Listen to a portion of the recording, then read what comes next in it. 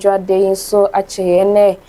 November bosomni da etoso eduonu nan afempinu ni eduonu enumebraso se ewie so ensema hodo asemufo asemu eyimokroje no medeba na mede ebesomo ahwefo eni etiefo nyina na wene kase anim ensema hodo a ebedimu ehino ebi enie kase mu na ebetie se wo mrahye bedwefie ba edom kuma no dom kese no wonu montema wo mo kasa de efa LGBTQ bill no eno su emu nsemo kase mu mejebre na de akosie bia no so medi emu ntwemu de abramo na speaker of parliament enso ababe kasa se kamia ye se penyifo ahodo bi a omubu manyi mrahye bedwafo no mu bi eya na pempi no kasa ahodo bi ewo ha wo man kasa mo ka ya na se bi wo mo nti ase sanso na timemufo ne nso ya na yenso ye ntedie koso ewo aban mu enunti wo makofa enhuma mienu bi de abamitwe books mienu bi de abana books ben ya kase mu mejebre na makinkan bi de ama ebra na wono mo epa ho entuma no na Dr. Brian Echampon opinion so NPP one more primaries presidential primaries na yade a wodi mu akutini ye pa no panyin na aba bekasa de afa NPP amanyokuo no ho nsema wodo ben eno so kase mu mejebre na mapense mu de amamo na vice president de mo man konkron Ghana Professor Jane na opoku ajiman so akasa de afa 24-hour economy no ho ensema hodo ben na ma medi egu akwemu eno so kase mu mejebre na maponi bi de amamo na minority chief rep na ababe kasa say si agalamse kono ade e wo se aban ye wo so yi wiki bia wo yi daba ko na wode ba ebe kire se de okono esibifa eko eno su emu nsemo kase mu mejebre na no so madomosiko de amamo ensemi ene ahodo bia eka ho ene wiei maji ejine ma mebekinkan de amamo se ewia premtobre aka kase na se wiei wo yedwumekuo product bi na ode abedwaman so na opese amanse nyina etenka na wososo yebo deru edemawa na mbe ya meba bebubo so ifa ne frɛ na yentimi eno endi kasubom ewo sa kwan no estu school na afei na wabi fabre na yembo hu deru emfa mawo ana wo ya sorry opeso beto airtime na wo preachi edidi ujuma eno soso akwanya no aba de ama frɛ ewo sa humeyi eso 053 2832806 053-283-2806 na free ewosa humeyi eso ewie mi amaje chine mu amebekin kan kase yi de amamo edian ohia mi afremi amaje woso ene nana ya yenjina nsem we so na meda mi hutew embra na meba kase no entwemu na nkasa no mede beba abesomo Manso akan kase Manso akan kase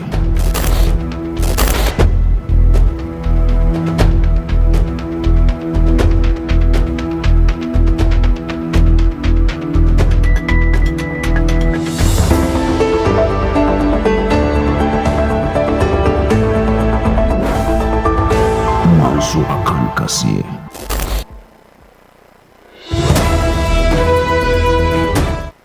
Amensa mo bibia kwa babie mu Embramanso TV ewia premtobre akan kase eso afe yenjebre na nsem no yendo emfa enremu na kase yi ede ehase ede efi Ghana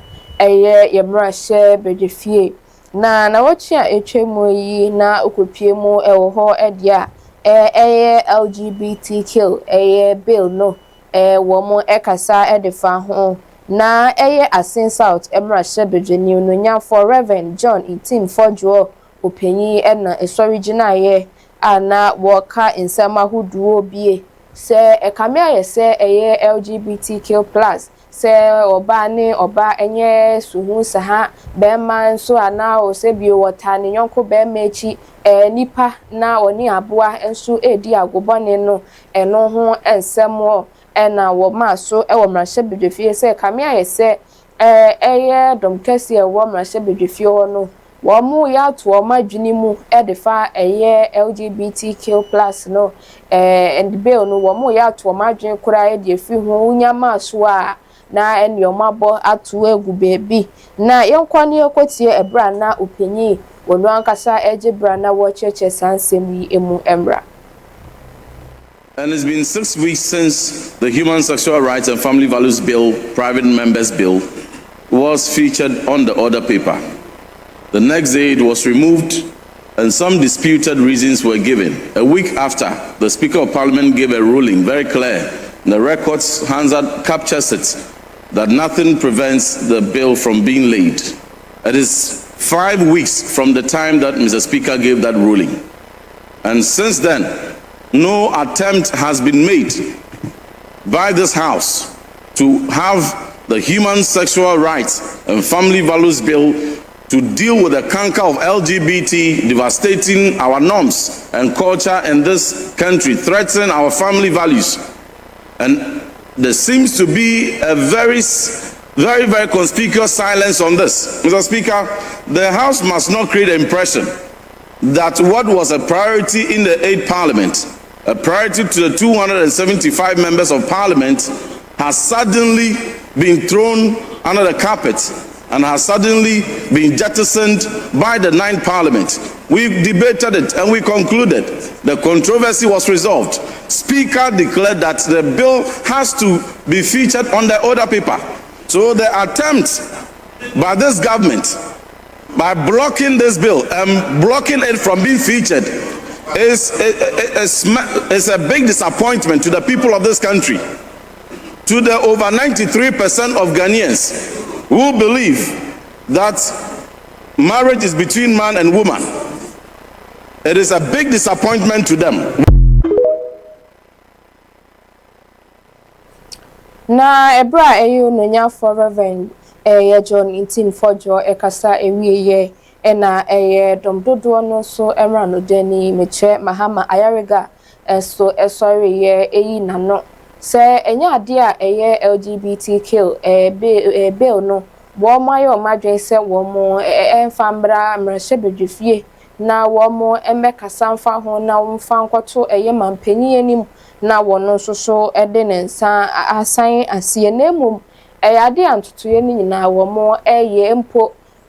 wo mo kaya afie a yo mu ya wo mo koma so peja mu wo mrehye bedwefie mo no ankasa mahama yarega krampo se LGBTQ+ nsensem ya ade a abanye etwemu okui wo mo di kan ya ka ho asem de hia ne se mampanyi ye de ne nsa behya ase na wasan ni enti we die ni monimu ya na nka o matam de akoto mampanyi enim eno na speaker ka se de bi gise wo mo esanso de asem no ba ema parliament house no munyina bobo ho ansa na itimi akodru mampanyi enim nti enya ade a abanye wo so yi wo mayo madwen se LGBTQ+ bill no wo mo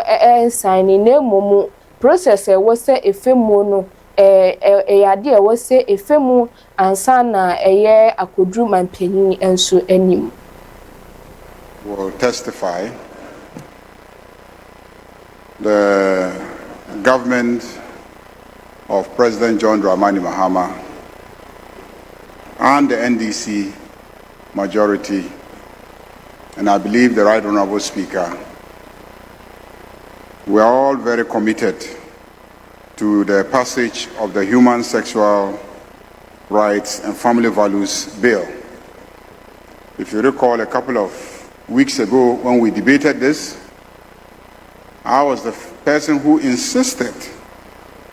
that the fastest way to have this passed into law is to take a position that this Parliament has already passed it. So what is left is signature. And I recall many on your side arguing against my position And so Speaker ruled, and he ruled that so far as he is concerned, the life of the 8th Parliament had elapsed, and this is a new Parliament, and once it wasn't signed, it had to be reintroduced afresh and taken through all the stages. So if you had listened to my advice and sided with me in the debate in this House, that we should treat it as having been passed by this House, and that once it is passed by this House, it is not part of businesses that have elapsed. By now, we would have left it squarely in the hands of the presidency to sign. But because I didn't get that support from you, the position became that it hasn't been passed, and so we must take it through all these processes. So if there's anybody committed to this legislation being passed, clearly it is me and then the people on this side, especially to have it passed expeditiously. Now, you decide that it should be freshly considered by this House, and I think that at this point, the Speaker indicated that it is going through the mail and will come back to this House. And so it is not an attempt by government. It's not an attempt by government. And President John Dramani Mahama has indicated time and again that any moment that the bill is brought before him, he will expeditiously sign it. So my honorable colleague, Honorable Ntim Fojo, even though in the 8th Parliament, I really didn't see you actively involved in having this bill passed. I know you were a sponsor of the bill, but as we considered it, I didn't really see much of your involvement. I didn't really see. If you recall, it was my committee that it was referred to. It was my committee. And then I didn't see much of your own personal involvement. And so I am surprised that all of a sudden you think that this is an urgent matter that must engage a priority in terms of the work of this House. And also, when we were all putting pressure on President Akufo-Addo to sign, I didn't see you helping us to put pressure on President Akufo-Addo. I didn't see you. I didn't see you resisting, you know. And now you have found your voice, and you think that President John Dramani Mahama or the NDC is conspiring not to have the bill, you know, introduced and passed. I can assure you that we are very committed to having the bill introduced and passed. Yatwa ensemno weso ede amamo ediana Speaker of Parliament PM Openyi Alban Sumana Bagui Openyi so aba abekasa na ntuma wonomo power ede afa book foforo kra womo ede aba na bako parliamentary language in Ghana sa hume enono nhihye yahoduru a mrahye bedwefie sibia wo sibi faye omo niema wo ho no numu nsemo parliamentary language in Ghana na ubehu na afen so subsidiary legislation in Ghana eno so omo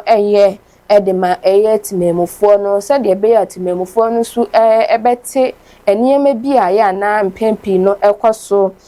mrahye bedwefie no emunti anko na yenkoti ebra na ononyamfo Alban Sumana Bagui waje ebra na ode nsema hodwe etudwa na osanso pa nhuma mienu ho entuma. So there are a lot of things that we do here without understanding them, particularly in the third world, because we don't take time to learn the etymology of the words, the roots. Books such as these are more than publications. They are investments in the future of our democracy. They enrich our institutional heritage, support the work of legislators and parliamentary staff and empower citizens to better understand the processes that shape national decisions. These books form part of a larger mission to enhance parliamentary literacy, deepen institutional memory, and bridge the gap between the institution and the citizens it serves. I believe strongly that parliamentary knowledge should not reside only in the minds of a few or confined within committee rooms. It must breathe through the daily lives of the people who are the true sovereigns. May we remain steadfast in our commitment to strengthening our institutions and deepening the culture of scholarship within our parliamentary practice. I formally declare the following books: Parliamentary Language in Ghana,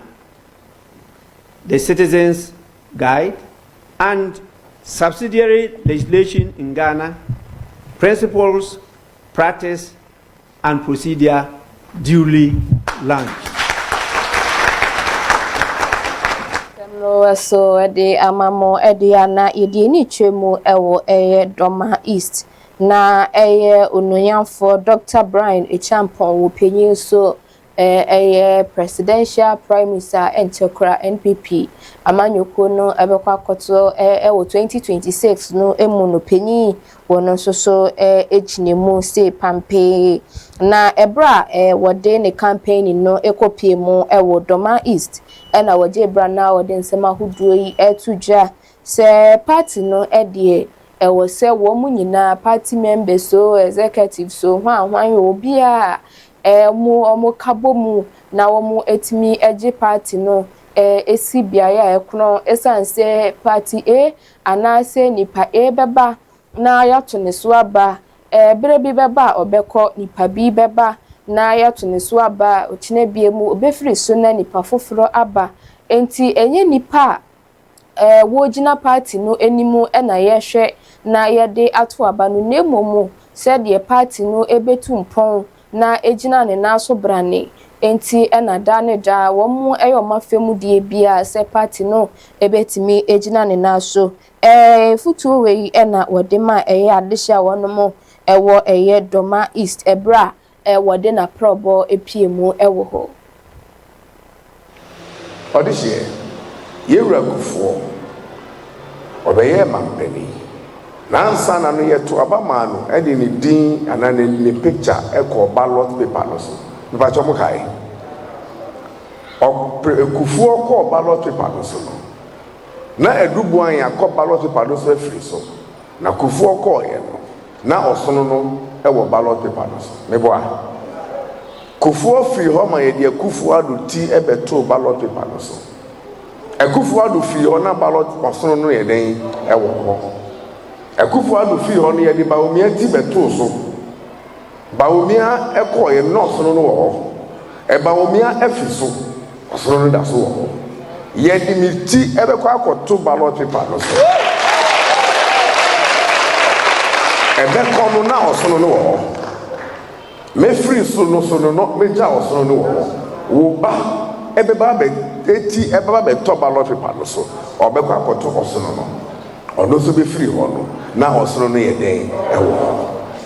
ade ayeye ni na moma yen kai hu se eye amanyokuo no na ye pritumi edi amano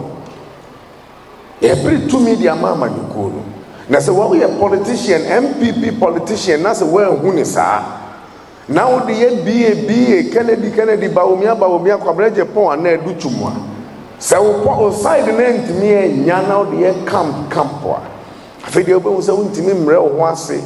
enko ye adwuma ma camp yi emane mwini tempia ne amanyoko no yeti oku Dr. Brian Echampon ebra okopie mu ewo Doma East na ode sansem kaye edi egu apono eso enjina semwe so na menda mi hutu embra na meba ensema hodwa akechire ni nyina nso medi beba abesomo Manso akankasi. Manso akankasi.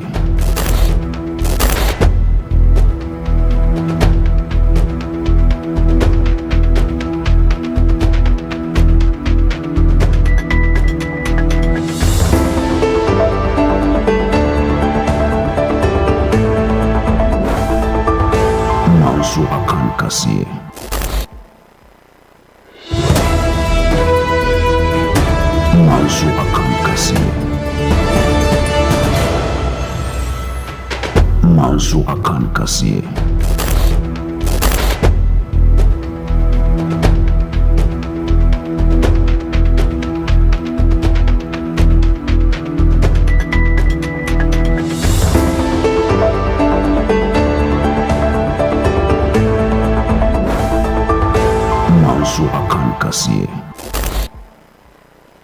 Mesa mo bibi akwa babie mu embrama su TV wi aprem to bre akankase eso yenjebre na afi sama hodo a akeche ne so memfa enso mo na yeto ansem no eso ede amamode ana eye Professor Jane na opoku ageman penyi ono ena eye mampenyi abedi tre ede ma oman konkron Ghana na ndra dad no be kasa ye ede fa ye 24-hour economy and sensem no ehun se sa 24-hour economy ye omudi abe enye se wo ba be ye adwuma tuemu da abra wonje wa home wo be ye adwuma fiti anopa ewia enwumre na wusu ye se da bi ya de ye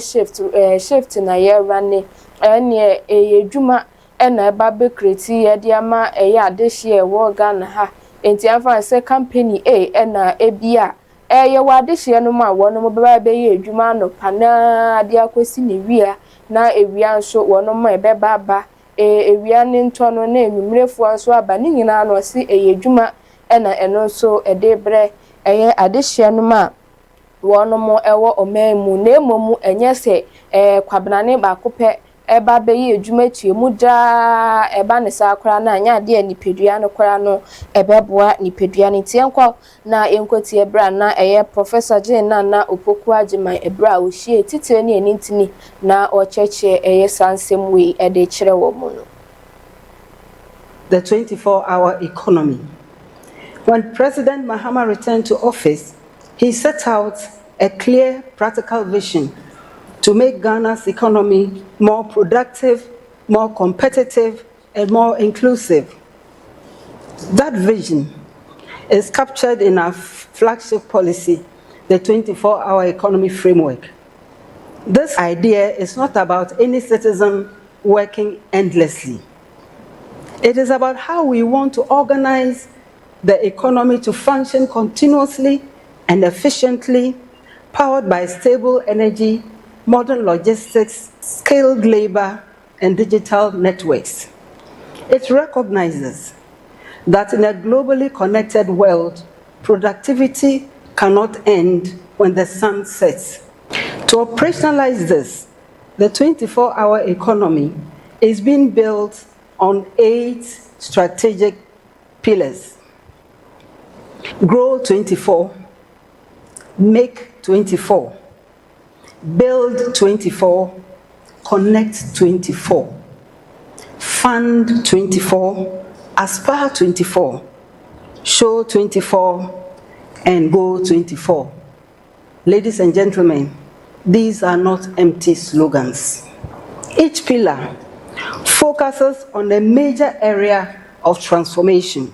agriculture, manufacturing, infrastructure, finance, skills, tourism, government. This is how we aim to create and translate the vision into practice. Grow 24 connects farmers and agro-processors to 24-hour cold logistics, ensuring produce harvested at dusk reach markets by dawn. Make 24 supports multi-shift industrial production in energy-secure zones. Build 24 enables extended hour construction schedules that accelerate delivery and expand employment. Aspire 24 allows young people to work by day and learn by night,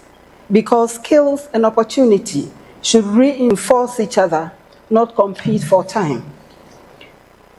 Yento a ensem so emfa emamo ediana minority chief whip meche onunyamfo Frank ano dompro penyin ono eneye mrashebedwuni edema adehia wonumo ejinemu ewo nsawo mu adweji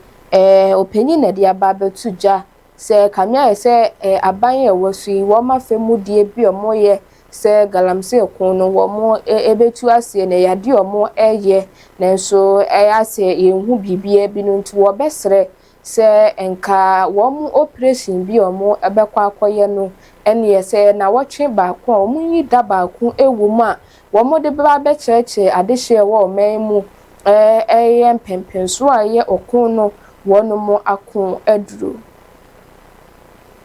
aban bayo o chese okun galamsey na sabe odi wano bo bosia sanya no na dituaka ene finsu nyina essay river pra densu ankobra nyina essay nkrofuafuafuom nyina essay ene abodi nyansa pere abetu dwase kontomre po aye different mining site kontomre amo ene kanka ho edi ye aduane se bia di apodwe kakrai eno so galamsey heavy metals mercury ne kanka ho omdo ye galamsey akokowurem na mudwin se yemfo okono watrara anase de ombe ka kire ne yemfa yesen hu echi se koli yate ne yenko da bi ese busam enti masma mekan kire se omunyina se dogana so man baako o man ye nyina ya dia osoafo no ese at least a joda kodi fiada no one day ese de to ho no ba no be kire be bi okona kokodu sintidua o hia emmo hia free parliament ho because yen emrane man ho kwan se etimi ye oversight mensi catch your war order ono no de wadane ho gangaria eno de ti order ho no mo eno onam fichire ena amu amu tu galamsey no ono onam fichire echi obia 15,000 Ghana cedis na ne refi se oye president na musini mesre information enya no chese emu awirem esa ye mobo se wo obi eya de boni no wo ugina president name no wo so sa ya de boni gini panisika owia na wafa koti kwan so na wo ka che naimos for se monko we no ya galamsey na wo attack enen kofo na mo mutuom omoka yewura Solomon Kusi oguni hu ani ase na me de I am a legend so mo dwen say ye boa ye information yewura yetu ansem no weso ye dia mamu ye dia ne ye ni twemu ewo mfinfi mantemu no emu eye mafi mayepo na eye adehye ewo mafi mayepo enso ena ekase wo mu chemu a kwan ya wono mo enam so de enya ade a eboa wono mu ye kura wo mo chese kwan no apro atete apansame no nam so ema esuafo kura eku aya na eno so akoye adikesie bi abeto won so esa se kwan no so nye aye nsuo se chaka dise wo de ehyen ya na ye fa wo esi agongon anza ne de wetwa ama wenya bia papa dunan esi ntu wo mo sire se mprempren de aban no empe bibi enye emfanfa wo no mo ekwan no ho ema wo no ayo community kese school nyina wo mu ye dosu ye population nyina e wo be se 500 to 600 people sa de chi ankora e be ko school kura je se ye mpanifo ye de wo mbotwa so na ansa na o makọ ama haye ya trauma DC our central town still a mozo nyina abetnas for 8 years o mo anfie ye bre eno na market day our mafik market day eno ya yire no mo antimi anko market because of bridge ya and quarantine yes sraban se won bo modern ababoy. As you can see, this is our road from the village to the main road. It's about 6 kilometers. In fact, before we go to the nearby communities or go to market or hospital, it's not easy, especially during the rainy season. Before you cross this road to hospital, maybe if someone is sick, especially women who are pregnant, when they are time to deliver, in fact, it's not easy to go there. Because sometimes, even last year, one person died through this. We have been voting since 1992 in this community. During the campaign time, you see them in their Land Cruiser, their big vehicles. But after the election, you can't see them again. So we are just pleading on the government, the Mahama administration. I know it's a listening government. I am pleading to him that he should come and fix our road for us. Ye kwan ni de enye kra. Enti yesra ban se omboa. Yetwa ensem no eso ede amamo ede ana eye Eastern South Regional Police Command no na otu etwem wo bo mo homodin amomo sa eka eye Nigeria ni abrante bia wonu no ekumu obi ne ba ababa ne ba ewo Nigeria manu emu no wie yesan se ye hwehwe no nti wanyu o man bia mu ndwane anko se eye o man konkron ga na mu ene odwane ebete ye nenso village people so edinechi efiefo edinechi ntina yade a mprempren die eye Ghana Police Eastern South Regional Police Command no wo mo ensa akano na branch edin a wo mo edefre no ene Victor Benjamin wedi eye infie no eduonu nsia metre 26 years ena wedi na wo mo ensa ekano ewo eye achim wanchi eno ewo akwetia na eye DCOP eye George Ohene Bodi wono ena wogigine mu na wode nsema hudoi etu dwebra wo mo ensa eka sa branti. You about an arrest of a Nigerian man suspected to have killed a woman and her daughter in Nigeria and ran to hide in Ghana to avoid the Nigeria police from arresting him. Suspect Victor Benjamin Fujumi Kum, 26 years, was arrested based on an interception of a viral video, which it was being alleged that he has adopted and murdered a lady who works with the Road Safety Corps, that is FRSC, and her daughter in Abeokuta, Ogun State in Nigeria. The suspect was wanted by the Nigeria police, but he ran to Ghana to hide with his friends at Achim Wenchi, a suburb of Aketia. The Eastern South Regional Police Command, on receipt of the information that the suspect was hiding in his friend's house at Aketia, quickly deployed an intelligence-led operations to Entina jumaso ngaso a police force etimi edie no jese ono no wekum obi ne ba e Nigeria menu emu no wedwane abehye ye memu jese ha ne de office no anu no wenya ne ti edidi manso nyame ompebone ene se wono mo ede adoa no ha na ebre ebema kwan na ewia premto bre aka nkase a mede ebesom mo manso TV eso no medi